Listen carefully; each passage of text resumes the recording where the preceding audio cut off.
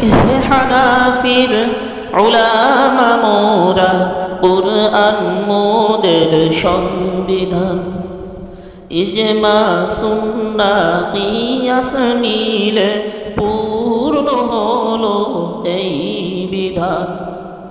আমরা হানাফি, আমরা মাযহাবী, আমরা বাতিলের গম, সকল বাতিলের মুখোশ খুলিতে ফিকহে হানাফি দাগের.com, ফিকহে হানাফি দাগের.com।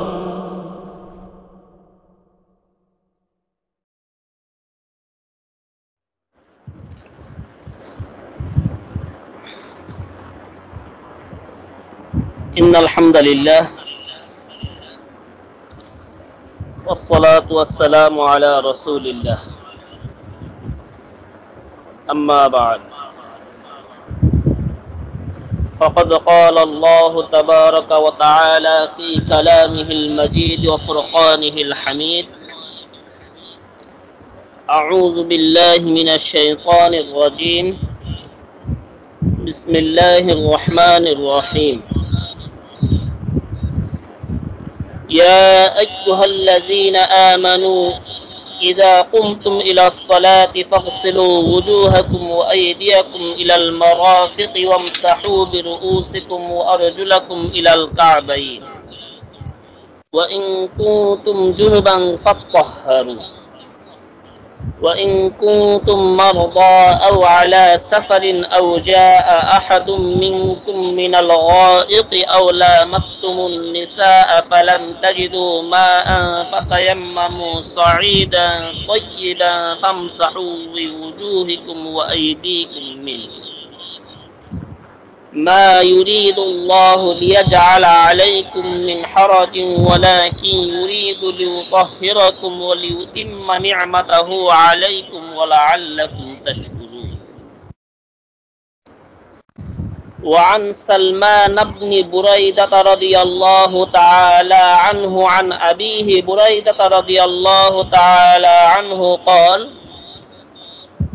كان النبي صلى الله عليه وسلم يتوضأ عند كل صلاة، فلما كان يوم الفتح توضأ ومسح على خفيه وصلى الصلوات بوضوء واحد. فقال له عمر رضي الله تعالى عنه: يا رسول الله، إنك فعلت شيئا لم تكن تفعله. قال: إني عمدا فعلته يا عمر. رواه مسلم والترمذي وأبي داود والنسائي وابن ماجه، أو كما قال النبي صلى الله عليه وسلم. আল্লাহ রাব্বুল ইজ্জাতের দরবারে অসংখ্য অগণিত শুকরিয়া যে রব্বুল আলামিন অনেক দয়া ও মায়া করে আপনাদেরকে এবং আমাকে সুদীর্ঘ 2 মাসের ও কিছু বেশি সময় বিরতি দেওয়ার পরে, অর্থাৎ শবে বরাতের আগে আমরা আলোচনা শুনেছি ও করেছি, লাইলাতুল নিসফি শাবানের আগে। এরপরে আর আলোচনা করা এবং শোনা হয় নাই। রমজান মাস গেছে, পবিত্র ঈদ উল ফিতরের ব্যস্ততা গেছে। এরপরে দীর্ঘ বিরতির পরে এসে আমরা পুনরায় আবার কোরআনে মাজিদের ধারাবাহিক তাফসীরে আলোচনা করা ও শোনার জন্য, যদিও খুবই স্বল্প সংখ্যক মানুষ, এরপরও বিশ্বের বিভিন্ন প্রান্ত থেকে অনলাইন প্ল্যাটফর্ম স্কাইপে এবং টেলিগ্রামকে ব্যবহার করে আজ আবার দীর্ঘ বিরতির পরে আলোচনা শুরু করতে পারতেছি। আল্লাহ পাক আমাদেরকে কবুল করছেন অংশগ্রহণ করার জন্য, এজন্য শুকরিয়া আদায় করে বলি আলহামদুলিল্লাহ। আমি শুরুতে একটা কথা বলবো যে দীর্ঘ বিরতির কারণে অনেকে ভুলে গেছেন এই আলোচনার বিষয়টা। এজন্য আজকে লোক সংখ্যা খুবই কম। আমরা এখন থেকে প্রত্যেকেই নিজের পরিচিত জন, আপন জন, বন্ধু বান্ধব তাদেরকে দাওয়াত দেব যেন তারা প্রত্যেক বৃহস্পতিবার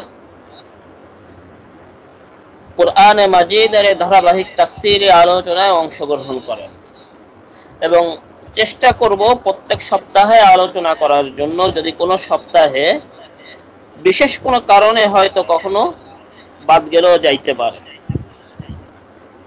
আমরা সর্বশেষ যে সপ্তাহে আমরা আলোচনা করেছিলাম সেখানে আমাদের আলোচ্য বিষয় ছিল শিকার সম্পর্কে কিছু আলোচনা হয়েছিল, হালাল হারামের পরিচয় নিয়ে কিছু আলোচনা হয়েছিল, বর্তমান জামানার আহলে কিতাবদেরকে বিবাহ করা যাবে কি যাবে না এই বিষয় নিয়ে কিছু আলোচনা করা হয়েছিল এবং ঈমানের হাকিকত এটা নিয়েও কিছু আলোচনা করা হয়েছিল। আজ আমরা সূরা মায়েদার 6 নম্বর আয়াত থেকে ইনশাআল্লাহ আলোচনা করব এবং শুনব। আল্লাহ রাব্বুল আলামিন যদি আমাদেরকে তৌফিক দান করেন।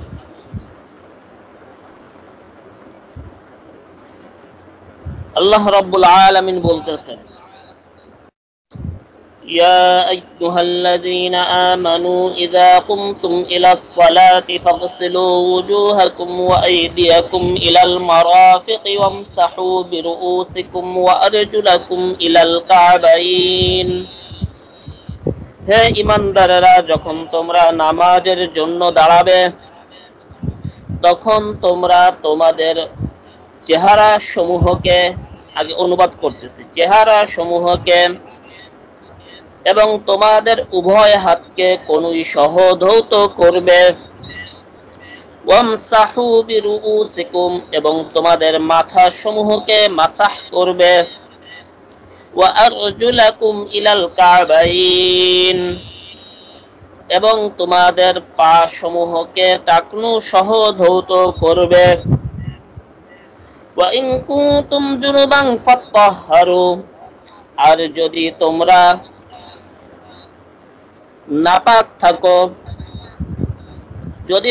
নাপাক থাকো তাহলে অধিক পবিত্রতা অবলম্বন করবে। অর্থাৎ যদি গোসল ফরজ হয়ে থাকে তাহলে গোসল করবে। ওয়া ইন কুনতুম মারদা আও আলা সাফারিন আও জাআ আহাদুম মিনকুম মিনাল গায়িব, আর যদি তোমাদের ভিতরে কেউ অসুস্থ থাকে অথবা কেউ সফরে থাকে, এমত অবস্থায় যদি তোমাদের কেউ পেশাব পায়খানা থেকে, বাথরুম থেকে, হাম্মামখানা থেকে যদি বের হয়, আওলা মাসতুমুন নিসা, এবং তারা কি করে স্ত্রীর কাছে গমন করে আসে, তবে ফালাম তাজিদু মা, কিন্তু তারা পানি পাচ্ছে না পবিত্রতা অর্জন করার জন্য, তাহলে ফাতায়াম্মামু সাঈদান তাইয়্যিবা, তাহলে মাসাহ করবে, পবিত্র মাটি দ্বারা তায়াম্মুম করবে। ফামসাহু বিওয়ুজুহিকুম ওয়া আইদিয়াকুম মিন, এবং এই তায়াম্মুম করার সময় পবিত্র মাটি দ্বারা মাসাহ করবে তোমাদের চেহারা সমূহকে এবং তোমাদের হাত সমূহকে, মিন ওই পরিমাণে, তো ওযুতে যেই পরিমাণে মাসাহ ধৌত করতে এখানে সেই পরিমাণে মাসাহ করবে। মা ইউরিদুল্লাহু লিয়াজআলা আলাইকুম মিন হারাজ, আল্লাহ রাব্বুল আলামিন তোমাদের জন্য বা তোমাদের উপরে কোনো সমস্যা সৃষ্টি করতে চান না। ওয়ালাকিন ইউরিদু লিইউতাহহিরাকুম, আল্লাহ রাব্বুল আলামিন এটা চান যে তিনি তোমাদেরকে পরিপূর্ণ পবিত্র করবেন। ওয়ালিউতিম্মা নি'মাতাহু, এবং তিনি তার নিয়ামত সমূহকে তোমাদের উপরে পরিপূর্ণ করে দিবেন। আলাইকুম লাআল্লাকুম তাশকুরুন, যাতে করে তোমরা তার কৃতজ্ঞতাশীল বান্দা হতে পারো। এটা মোটামুটি আয়াতের অনুবাদ হলো। এই আয়াতের ভিতরে আল্লাহ রাব্বুল আলামিন অজুর ব্যাপারে অনেক লম্বা এবং সুদীর্ঘ আলোচনা করেছেন। লম্বা এবং সুদীর্ঘ আলোচনা করেছেন। এখন কথা হলো, অজু কতটুকুতে আমরা করব বা কোন পর্যন্ত আমরা অজু করব, এটা আমাদেরকে আগে বুঝতে হবে। সর্বপ্রথম, অজুর ফরজ কয়টি? অজুর ফরজের ব্যাপারে ইমামদের ভিতরে কিছু মতবিরোধ আছে। অজুর ফরজের ব্যাপারে ইমামদের ভিতরে কি আছে? কিছু মতবিরোধ আছে। আমাদের হানাফি মাযহাব অনুযায়ী অজুর ফরজ হলো 4টি। কুরআনে কারীমে বর্ণিত এই আয়াতে যে 4টি কাজের কথা বলা হয়েছে, এই 4টি হলো অজুর ফরজ। তথা সমস্ত মুখমণ্ডল ধৌত করা। সমস্ত মুখমণ্ডল বলতে কতটুকু? চুলের গোড়া থেকে নিয়ে থুতনির নিচ পর্যন্ত, এবং এক কানের লতি হতে অপর কানের লতি পর্যন্ত এর মধ্যবর্তী যে স্থান আছে, এর পুরোটা স্থানকে ধৌত করা, এটা হলো ফরজ। কোন ব্যক্তি যদি এই স্থানটুকির ভিতরে এক চুল পরিমাণ জায়গা এমন থাকে যে সেটা ধৌত করেনি, এক চুল পরিমাণ জায়গা যদি শুকনা থাকে, তাহলে তার অজু হবে না। এরপরে ওয়াইদিয়াকুম ইলাল মারাফিক, উভয় হাতকে কনুই সহ ধৌত করা, কনুই পর্যন্ত নয়, কনুই পর্যন্ত নয়, কনুই সহ ধৌত করা, এটা হলো ফরজ। অনুরূপভাবে কুরআনে কারীমের আয়াত আমসাহু বিরুউসিকুম, এখানে আরবি ব্যাকরণ যারা বোঝেন, যদি এমন কোন ভাই থেকে থাকেন বা এমন কোন বোন থেকে থাকেন, তিনি বুঝবেন এখানে আল্লাহ রাব্বুল আলামিন এটা বলেন না আমসাহু রুউসাকুম, আল্লাহ রাব্বুল আলামিন বলেছেন ওয়ামসাহু বিরুউসিকুম। এখানে একটা বাড়তি অক্ষর আল্লাহ রাব্বুল আলামিন ব্যবহার করছেন, বা। এই বাটা লিত্তাবঈজ, আরবি ব্যাকরণের একটা কায়দা আছে, অর্থাৎ আংশিক বোঝানোর জন্য। সেটা কতটুকু? এক্ষেত্রে একটা হাদিসকে সামনে রেখে ইমামে আজম আবু হানিফা রাহমাতুল্লাহি আলাইহি তিনি বলেছেন যে মাথার 4 ভাগের 1 ভাগ পরিমাণ মাসাহ করা, এটা হলো ফরজ। অবশ্য সম্পূর্ণ মাথা মাসাহ করা, এটা হলো সুন্নাত। এরপরে যায় আপনার উভয় পা টাকনু সহ ধৌত করা, এটাও ফরজ। তাহলে অজুতে টাকনু পর্যন্ত নয়, টাকনু সহ ধৌত করা, এটা ফরজ। এখন এই যে 4টি অঙ্গের কথা বলা হলো, যে অজুতে 3টি অঙ্গ ধৌত করা এবং 1টি অঙ্গ মাসাহ করা, তথা মাথার 4 ভাগের 1 ভাগ মাসাহ করা, এটাকে ফরজ করা হয়েছে। এখন এই ফরজ থেকে যদি কোনো ব্যক্তির এই স্থানগুলো থেকে এক চুল পরিমাণ, আমরা বিশেষ করে শীতকালে দেখা যায় যে পায়ের গোড়ালির পিছনের অংশ অনেকে শুকনা থাকে, অনেকে দাঢ় তথা কানের লতির নিচের অংশের যে মোটা হাড়টা আছে, এটা অনেকের অজুর পরে শুকনা থাকে।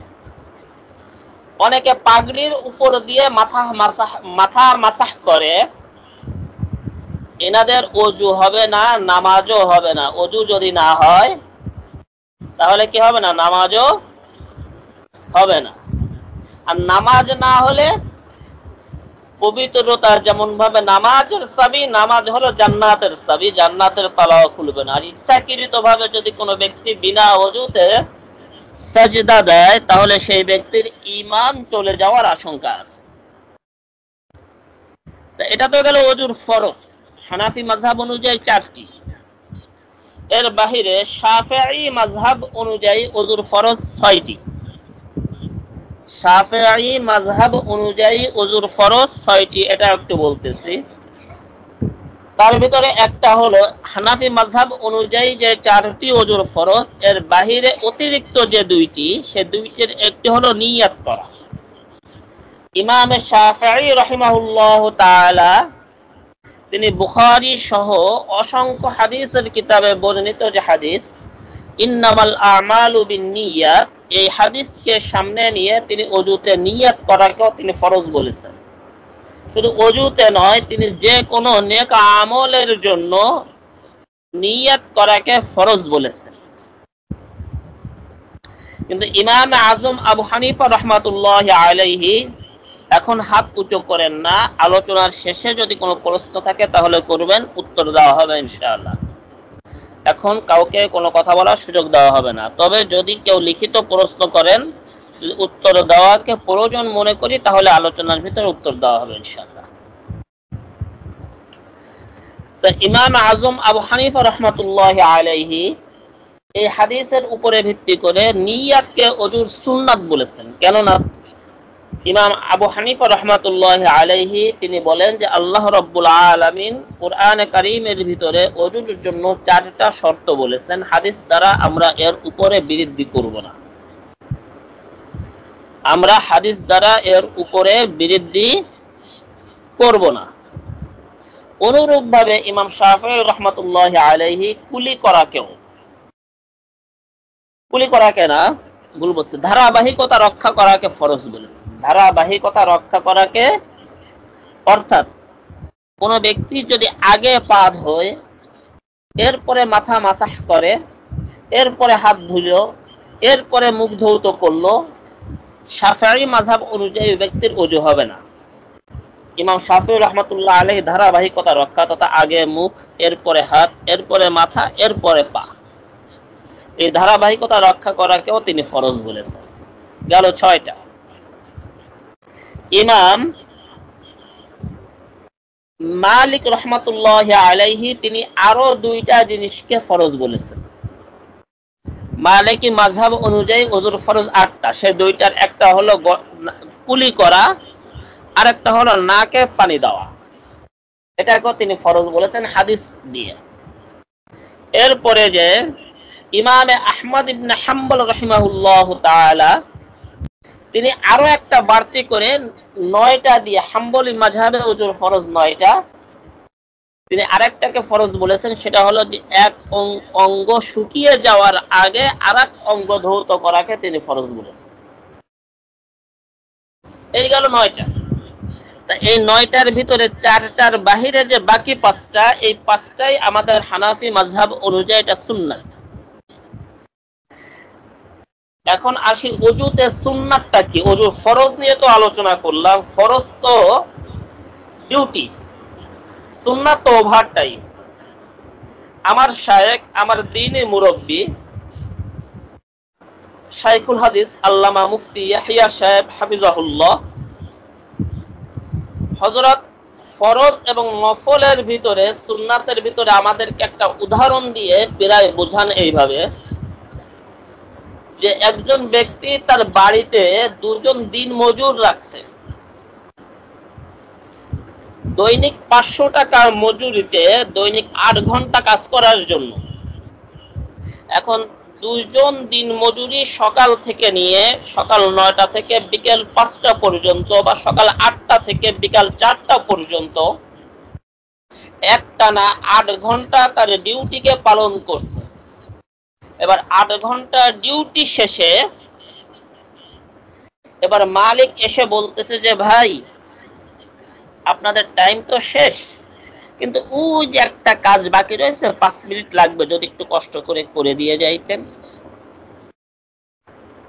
দুইজন শ্রমিকের একজন বলতেছে যে ভাই আমার সময় শেষ, আমি এখন আর করতে পারবো না। আরেকজন বলতেছে যে আচ্ছা সারাদিন তো করলাম, আর 5 মিনিট করলে কি হবে, আমি করে দিয়ে যাই। মজুরি পাওয়ার ক্ষেত্রে, পারিশ্রমিক পাওয়ার ক্ষেত্রে দুজন কিন্তু সমানই পারিশ্রমিক পাবে, কিন্তু ভালোবাসা পাওয়ার ক্ষেত্রে, আপন হওয়ার ক্ষেত্রে দুজন কি সমান হবে নাকি কম বেশি হবে?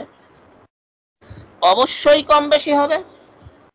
যিনি এক্সট্রা অতিরিক্ত 5 মিনিট করছেন তিনি যে ভালোবাসা পাবেন, যিনি ডিউটি পালন করছেন তিনি সে ভালোবাসা পাবেন না।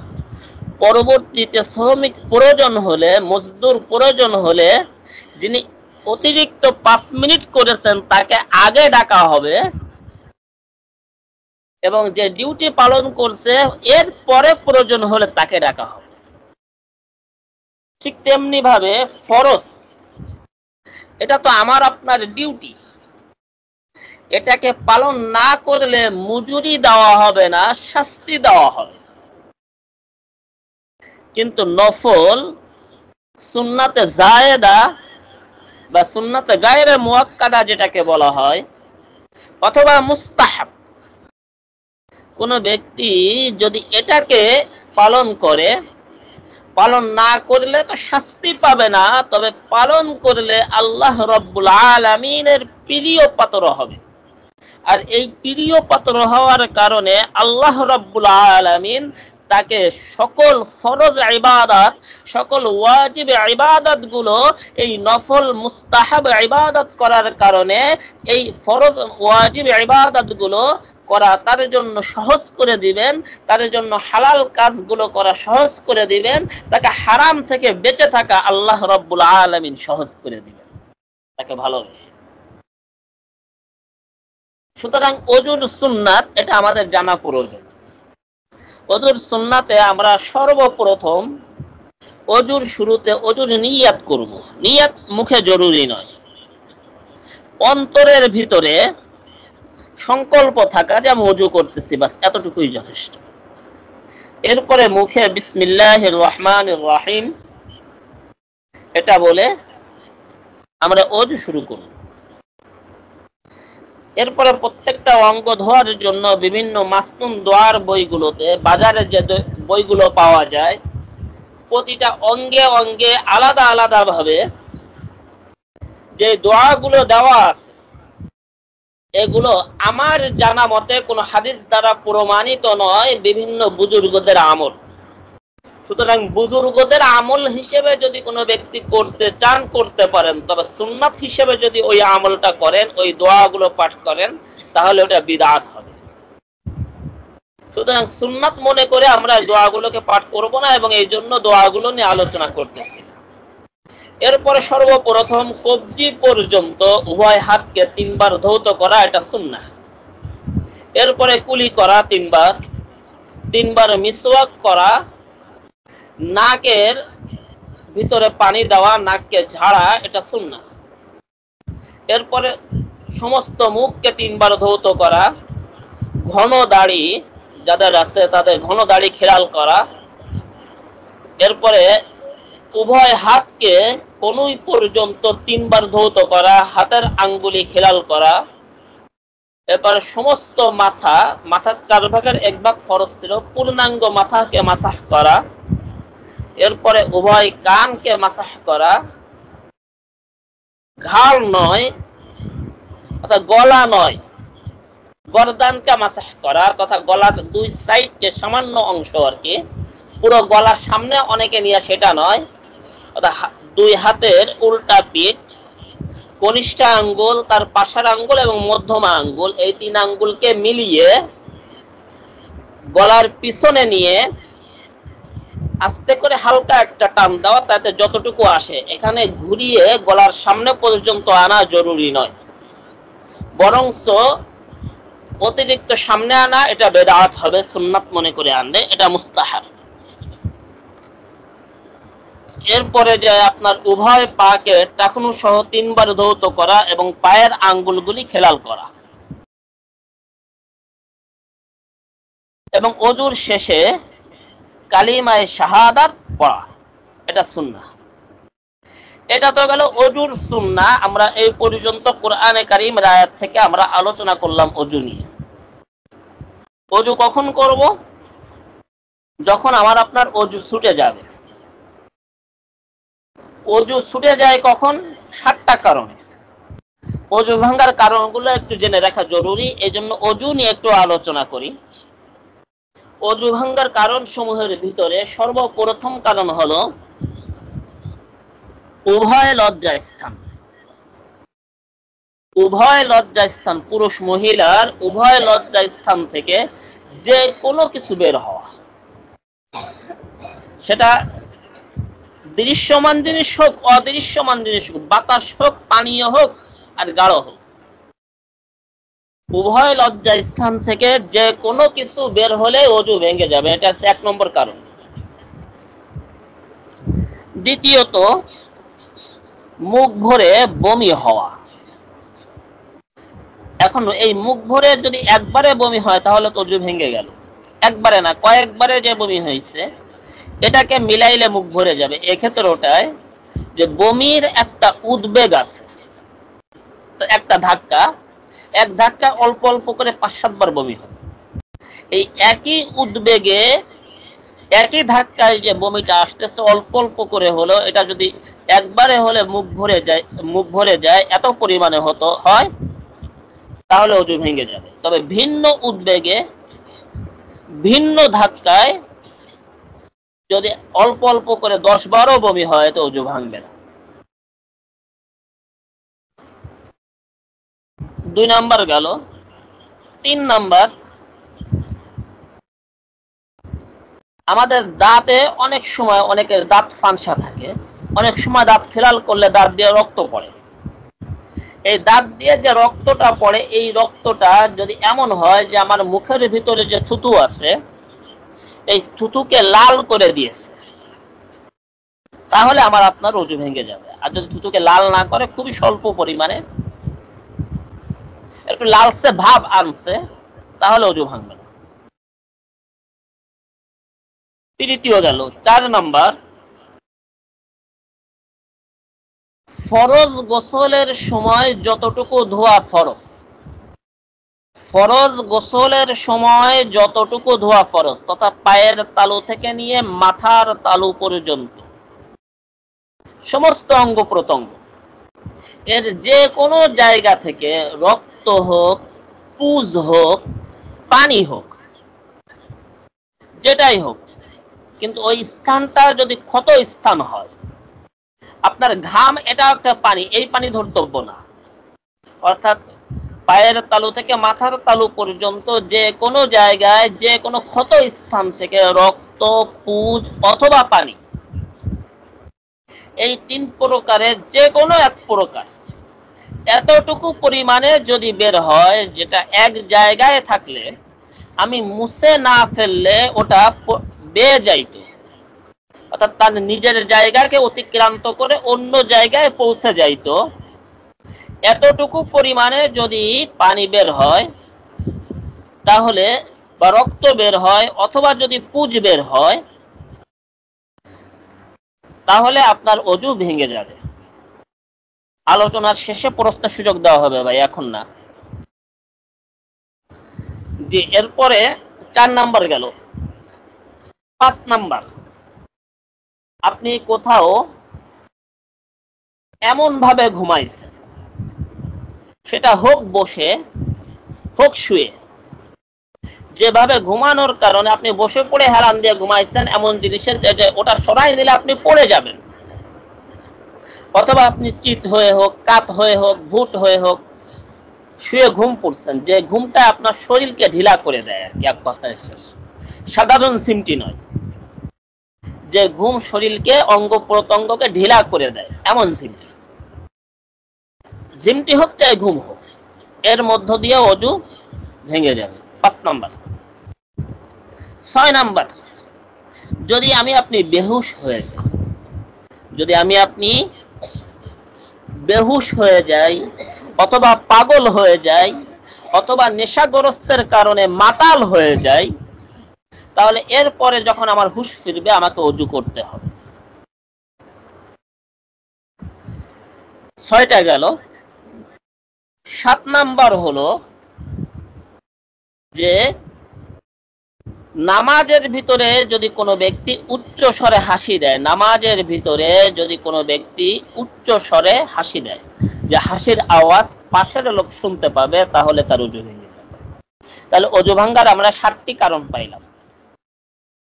এই 7 কারণের বাইরে ওযু ভাঙবে না। এখন বলতে পারেন তাহলে স্ত্রী মিলনে কি ওযু ভাঙবে না? ওটা তো গোসলই ফরজ করে দিয়েছে, ওটা তো বড় জায়গা, এটা তো ছোট জায়গা, তাই না? ঈমান চলে গেলে কি ওযু ভাঙবে না? আরে ঈমান চলে গেলে তো ঈমান আনার পরে আপনাকে গোসলই করতে হবে। একজন ভাই আপনি লিখেছেন, আশ্চর্যজনক ব্যাপার, যে বাতাস বের হওয়ার সময় শব্দ হলে বা গন্ধ হলে তাহলে ওযু ভেঙে যাবে, আর যদি এই দুইটার একটাও না পাওয়া যায় তাহলে ওযু ভেঙে যাবে না। এই শর্তটা হলো আহলে হদসদের শর্ত। যারা নাপাক, আহলে হদস, আহলে হাদিস না, হদস মানে নাপাকি, অর্থাৎ নাপাকির পরিবার যারা, এদের শর্ত। এটা আল্লাহ রাসূল সাল্লাল্লাহু আলাইহি ওয়াসাল্লাম এমন কোন শর্ত দিয়েছেন বলে আমার জানা নাই। সাহাবায়ে কেরাম আজমাইন রাদিয়াল্লাহু তাআলা আনহু এমন কোন শর্ত দিয়েছেন এটা আমার জানা নাই। হ্যাঁ,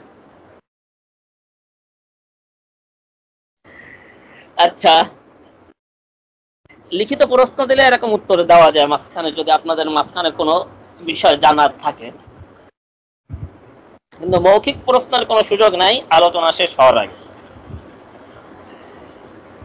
এরপরে যেটা আলোচনা করতেছিলাম, অনেকে আবার জিজ্ঞাসা করেন, ভাই বিড়ি সিগারেট খাইলে কি ওযু ভাঙবে? কেউ আবার জিজ্ঞাসা করেন, ভাই ওদের গালি দিলে কি ওযু ভেঙে যাবে? মুখ খারাপ করলে কি ওযু ভাঙবে? না ভাই, ভাঙবে না, সমস্যা নেই। তবে আপনি গালি দিবেন, গুনাহ হবে। বিড়ি সিগারেট খাবেন, ধূমপান করবেন, মুখে দুর্গন্ধ থাকবে, আপনার এই মুখ পরিষ্কার না করে যদি নামাজে দাঁড়ান, আপনার নামাজ কবুল হওয়ার সম্ভাবনা নাই বললেই চলে। সুতরাং অবশ্যই বিড়ি সিগারেট খাওয়া হারাম না হালাল এই মাসালায় গেলাম না আমি, এখানে তো ওযু নিয়ে আলোচনা করতেছি। তা যাই হোক, ওযুর বিষয়টা গেল। তাহলে যেই কয় কারণে ওযু ভেঙে যায়, এই কয় কারণে তায়াম্মুমও ভেঙে যায়। তায়াম্মুম কখন করবে? ভাই বলতেছেন একজন মুফতি বলছে, আমি বলতেছি কোন মুফতি এমন কথা বলতে পারেন না। যদি কোনো মুফতি বলে থাকেন, সেই মুফতির বক্তব্য আপনি আমাকে পাঠাবেন, অথবা আমার এই বক্তব্য সেই মুফতিকে পাঠিয়ে আমার নম্বর তাকে দিবেন এবং তাকে আমার সঙ্গে কথা বলতে বলবেন। এটা রেকর্ড হবে ইনশাআল্লাহ আগামীকালকে আমাদের ইউটিউব চ্যানেলে পাবেন। আমার এই বক্তব্য সেই মুফতিকে পাঠাবেন, অথবা সেই মুফতির বক্তব্য আপনি আমাকে পাঠাবেন। আমার বিশ্বাস আপনার বুঝতে ভুল হচ্ছে, এবং কোনো মুফতি এমন কথা বলতে পারেন না। এখন তায়াম্মুম আমরা কিভাবে করব এবং কখন কখন তায়াম্মুম করতে পারব? তায়াম্মুম যেই কয় কারণে ওযু করা যায়, ঠিক সেই কয় কারণেও তায়াম্মুম করা যায়। এমনকি গোসল ফরজ হলেও তায়াম্মুম করা যায়, এমনকি গোসল ফরজেও তায়াম্মুম করা যায়। তায়াম্মুমের ক্ষেত্রে আমরা পবিত্র মাটিতে হাত মারার কথা আমরা জানি। শুধু পবিত্র মাটি নয়, এমন যে কোনো জিনিস, এমন যে কোনো ধাতব দ্রব্য যার উপরে হাত মারলে, মানে যে জিনিসটাকে আগুনে পুড়াইলে ছাই হয় না, কাঠ ছাই হয়ে যায়, সুতরাং কাঠের উপরে তায়াম্মুম বৈধ নয়। মাটির ছাই হয় না, মাটিতে তায়াম্মুম বৈধ। পাথর পুড়াইলে ছাই হয় না, পাথরে তায়াম্মুম বৈধ। পাকা দেওয়াল, এটা পুড়াইলে ছাই হয় না, তার উপরে তায়াম্মুম বৈধ। এখন তায়াম্মুমের ক্ষেত্রে আমরা উভয় হাতকে একত্রে জমিনে মারবো। অবশ্য তায়াম্মুমের ফরজ কিন্তু 3টা। 1 নাম্বার ফরজ নিয়াত করা। নিয়াত, মনের ভিতরে এই সংকল্প থাকাটাই জরুরি যে আমি পবিত্রতা অর্জন করার জন্য এবং আমার নামাজকে বৈধ বানানোর জন্য আমি তায়াম্মুম করতেছি, মুখে উচ্চারণ জরুরি নয়। এবার মাটিতে হাত মেরে একবার সামনের দিকে আমরা হাতকে ঘষে সামনের দিকে ঠেলে নিয়ে যাব, একবার পিছন দিকে টান দিব। দেওয়ার পরে ওই হাতকে উপর রাখা অবস্থায় দুই হাতকে পাশাপাশি রেখে আমরা 1 থেকে 2টা টাক দিব, যাতে করে আলগা যে ধুলা বা ময়লাটা আছে এটা পড়ে যায়। এরপরে উভয় হাতকে নিয়ে সমস্ত মুখটাকে সুন্দর করে, যেভাবে অজুতে পানি দিয়ে আমার পূর্ণাঙ্গ মুখটাকে আমি ধৌত করতাম, ওইভাবে ওই ধুলা দিয়ে পূর্ণাঙ্গ মুখটাকে আমি মাসাহ করব। এরপরে পুনরায় আবার আমি জমিনে হাত মারবো। ওই একই নিয়মে মারার পরে হাতটাকে এরকম পাশাপাশি রেখে টাক দিয়ে আলাদা ধুলোটা ফেলে দিয়ে বাম হাতের 3টা আঙ্গুলকে ধরবো, অর্থাৎ বিরিদ্ধা আঙ্গুল এবং শাহাদাত আঙ্গুলকে আমি বাদ দিব। বাদ দিয়ে বাম হাতের বাকি যে 3টা আঙ্গুল, এটা ডান হাতের একেবারে তালুর নিচ পিঠে তথা উল্টো পিঠে আঙ্গুলের নিচে হাতকে চিৎ করে রাখবো, রেখে সোজা টান দিয়ে কনুই পর্যন্ত নিয়ে আসবো নিচ দিয়ে। এনে হাতকে ঘুরায় উপরে উঠাবো, হাত চিৎ থাকবে। উঠানোর পরে শাহাদাত আঙ্গুল এবং বিরিদ্ধা আঙ্গুল এবং হাতের তালু দিয়ে বাকিটা টেনে একদম মাথা পর্যন্ত নিয়ে আসবো। এবং আনার সময় অবশ্যই ডান হাতের 5টা আঙ্গুলকে একত্রে করে এমন ভাবে রাখবো যে ডান হাতের তালুর ধুলাগুলো যেন মুছে না যায়। এরপরে ডান হাত দিয়ে বাম হাতকে একই নিয়মে টেনে নিয়ে আসবো। আনার পরে এরপরে 2 হাতকে আমি একত্রে ডলা দিয়ে, 2 হাতের তালু এবং উল্টা পিঠকে একত্রে ডলা দিয়ে আঙ্গুলগুলোর ফাঁকা এরকম আঙ্গুলগুলোর খিলাল করে নিব। পা মাসাহ করা জরুরি নয়, জরুরি না, তায়াম্মুমের অংশই নয়। এটা হলো তায়াম্মুমের 3টা ফরজ। এমনকি গোসল ফরজ হলে যদি নাপাক কাপড়কে পরিবর্তন করে এবং শরীরে দৃশ্যমান কোনো নাপাকি না থাকে, তাহলে ওই ব্যক্তি তায়াম্মুম করতে পারবে। তায়াম্মুম কখন করা যাবে? তায়াম্মুম করা যাবে 3টা কারণে। তায়াম্মুম করা যাবে 3টা কারণে। 1 নাম্বার কারণ, আমি যেখানে আছি সেখান থেকে পানির দূরত্ব এতটুকু যে আমি যদি ওই পানি পর্যন্ত যাইতে যাই বা পানি পর্যন্ত অপেক্ষা করি, তাহলে আমার নামাজ ছুটে যাওয়ার আশঙ্কা আছে। এই কারণে তায়াম্মুম করা যায়। নাম্বার 2, তায়াম্মুম করা যাবে আমি যদি পানি আনতে যাই তাহলে আমার জীবন আশঙ্কা আছে, এই কারণে তায়াম্মুম করা যায়। নাম্বার 3, আমি যদি পানি ব্যবহার করি তাহলে আমি এমন অসুস্থ যে আমার রোগ মারাত্মক আকারে বৃদ্ধি পাওয়া অথবা আমার জীবন আশঙ্কা হতে পারে, এর আশঙ্কা আছে। এই 3টি কারণে একজন ব্যক্তি তায়াম্মুম করতে পারবে। এখন কাছে যদি অল্প পানি থাকে, যেটা আমার ওযু যদি করি কোনো কায়দায়, তাহলে আমার জীবন আশঙ্কা চলে আসলো, খাওয়ার পানি পাবো না, এক্ষেত্রে তায়াম্মুম করা যায় যদি পানি অনেক দূরে থাকে। এটা গেল তায়াম্মুমের মাসালা। এরপরে যায় আপনার আরেকটা মাসালা এখানে এই সঙ্গে সংশ্লিষ্ট, যেটা না বললে নয়, সেটা হলো মোজার উপরে মাসাহ করা। মোজার উপরে মাসাহের ক্ষেত্রে আগে আমাদেরকে একটা মূল নীতি বুঝতে হবে যে কোন ব্যক্তি মুকিম এবং কোন ব্যক্তি মুসাফির। মুকিম তো আমরা সকলে যারা নিজ নিজ বাড়িতে অবস্থান করতেছি তারা মুকিম। আর মুসাফির কারা? যারা শরঈ 48 মাইল, শরঈ 48 মাইল পরিমাণ দূরত্বের সফরের নিয়ত করছে এবং যেখানে যাচ্ছে সেখানে 15 দিনের কম থাকবে, ওই ব্যক্তি মুসাফির। ওই ব্যক্তি মুসাফির। এখন কথা হলো যে শরঈ 48 মাইল এটা বর্তমান জামানার কিলোমিটার অনুযায়ী কতটুকু, এটা নিয়ে একটু মতবিরোধ আছে। যদি বর্তমান জামানার কিলোমিটারকে আমি 1100 গজে 1 কিলোমিটার ধরি, তাহলে আসে 87 কিলোমিটার। আর 1135 গজে যদি 1 কিলোমিটার ধরি তাহলে আসে 83 কিলোমিটার। তা মোটামুটি আর কি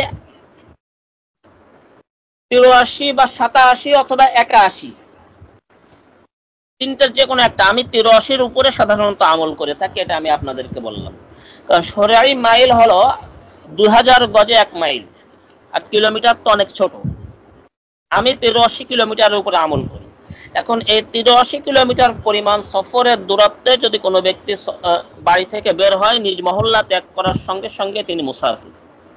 যেখানে তিনি যাচ্ছেন সেখানে যে পৌঁছানোর পরে ওখানে যদি তার 15 দিন থাকার নিয়ত থাকে, তাহলে সেখানে তিনি মুসাফির নন, সেখানে তিনি মুকিম। আর যদি তার থেকে কম থাকার নিয়ত থাকে, তাহলে তিনি সেখানেও মুসাফির। এটা হলো মুকিম এবং মুসাফিরের সংক্ষিপ্ত পরিচয়। এখন মুকিম ব্যক্তি ওযু করার পরে, পা ধোয়ার পরে, শীতের সময় পায়ে চামড়ার মোজা পরিধান করার পরে ওই মোজার উপরে মাসাহ করতে পারবে 1 দিন 1 রাত তথা 24 ঘন্টা। মুসাফির ব্যক্তি তার মোজার উপরে মাসাহ করতে পারবে 3 দিন 3 রাত তথা 72 ঘন্টা।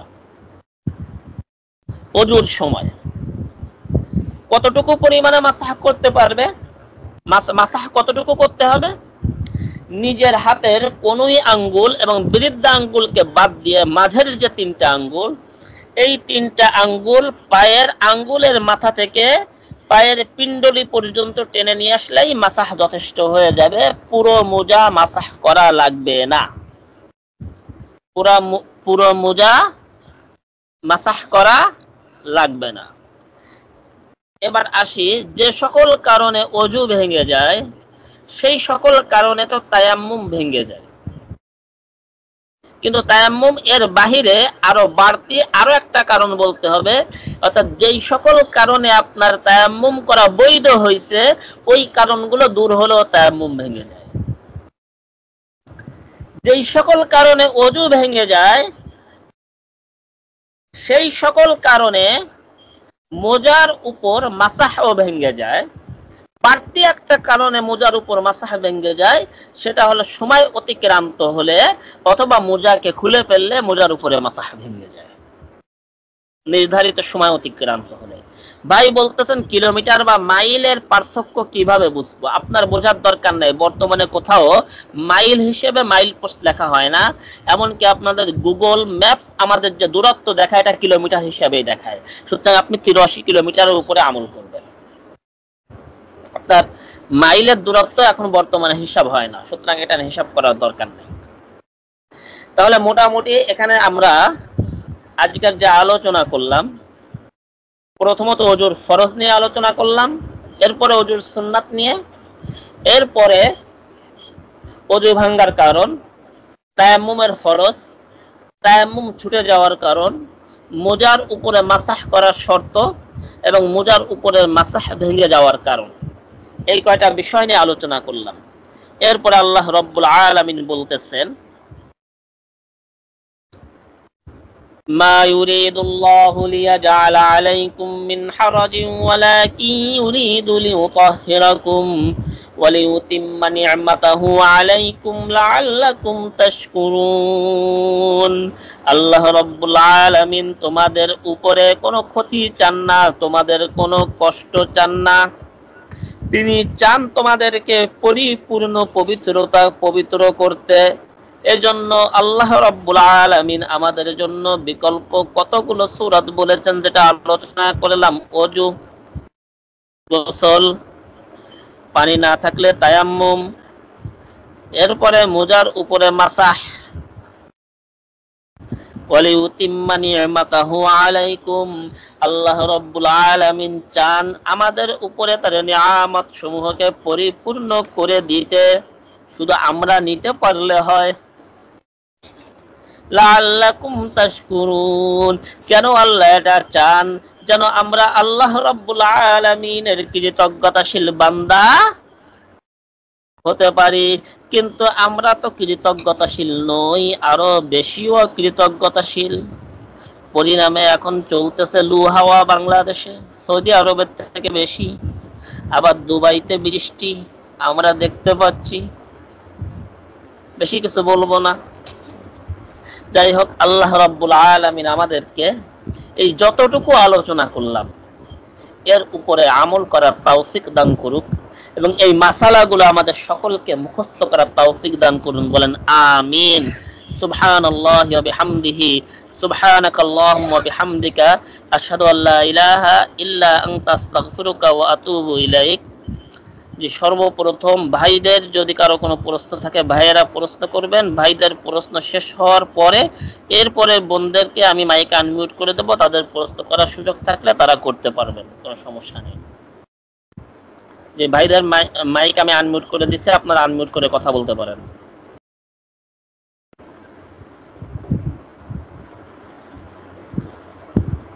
জি, আবু বকর সিদ্দিক ভাই কিছু বলতে চাইছিলেন?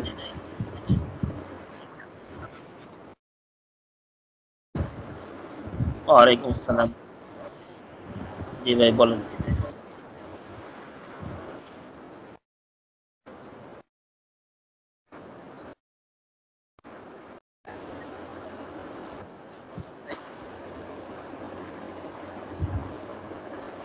হ্যাঁ আল্লাহ, আপনি আমাকে উপকৃত করেন, আপনি আমাকে যে ইলম শিক্ষা দান করেছেন এবং আরো বেশি বেশি উপকারী ইলম আমাকে অর্জন করার তৌফিক দান করেন। হ্যাঁ,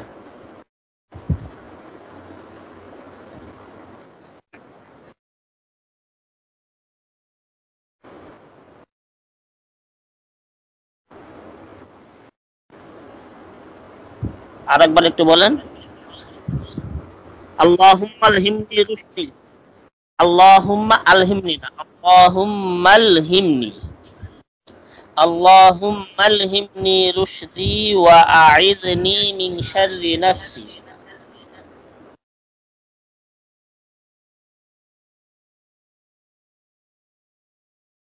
যে বলতেছি একটু, রুশদুন শব্দটার অর্থ এখন এই মুহূর্তে আমার মনে আসতেছে না, একটু দেখতে হবে, একটু দেখে নিলাম।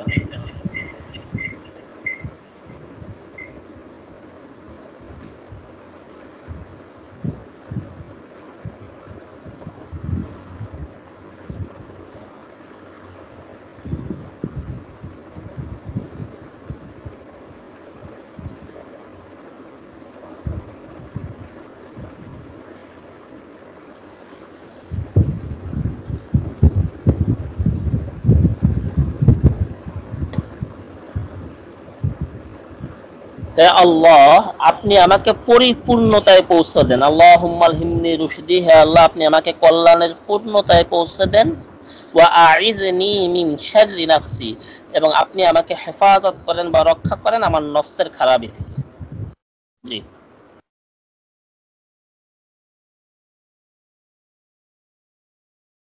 আচ্ছা, আপনি এগুলো আপনি আমাকে পার্সোনাল ভাবে।